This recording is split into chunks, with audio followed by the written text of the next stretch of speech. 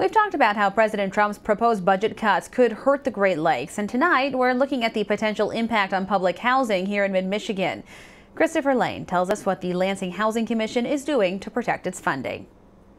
Public housing can be the last line for some. This building is the last stop for a lot of people.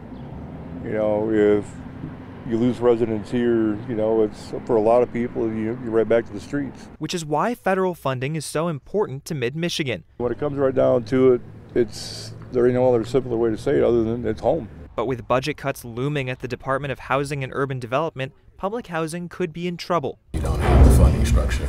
And, you know, over time we look to alleviate that, but, you know, it takes a long time to turn the ship around. Yeah, tell me about it. That's why the Lansing Housing Commission brought Congressman Mike Bishop through one of its locations Wednesday. We can see it firsthand, and he can tell our story. He can speak on our behalf. Martell Armstrong of the LHC says he wants to talk to as many federal officials as possible about what they need. They spoke with HUD Secretary Ben Carson last month. Representative Bishop says he'll do what he can. There are some serious costs involved, and those are things that you have to talk about.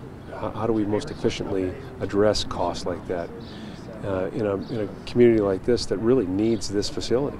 So this is a priority facility, and we have to figure out realistically how we can make that happen. But no matter what happens, Armstrong says the Lansing Housing Commission will do what it can to make ends meet. Where we have the fiscal wherewithal, you know, we will continue to invest in our residents. And that's always been the goal, that's always been the mission, and it will continue to be the mission. In Lansing, Christopher Lane, Fox 47 News. President Trump's budget proposal calls for a $6.2 billion cut to the Department of Housing and Urban Development's budget. That's a little more than 13% of its total funding.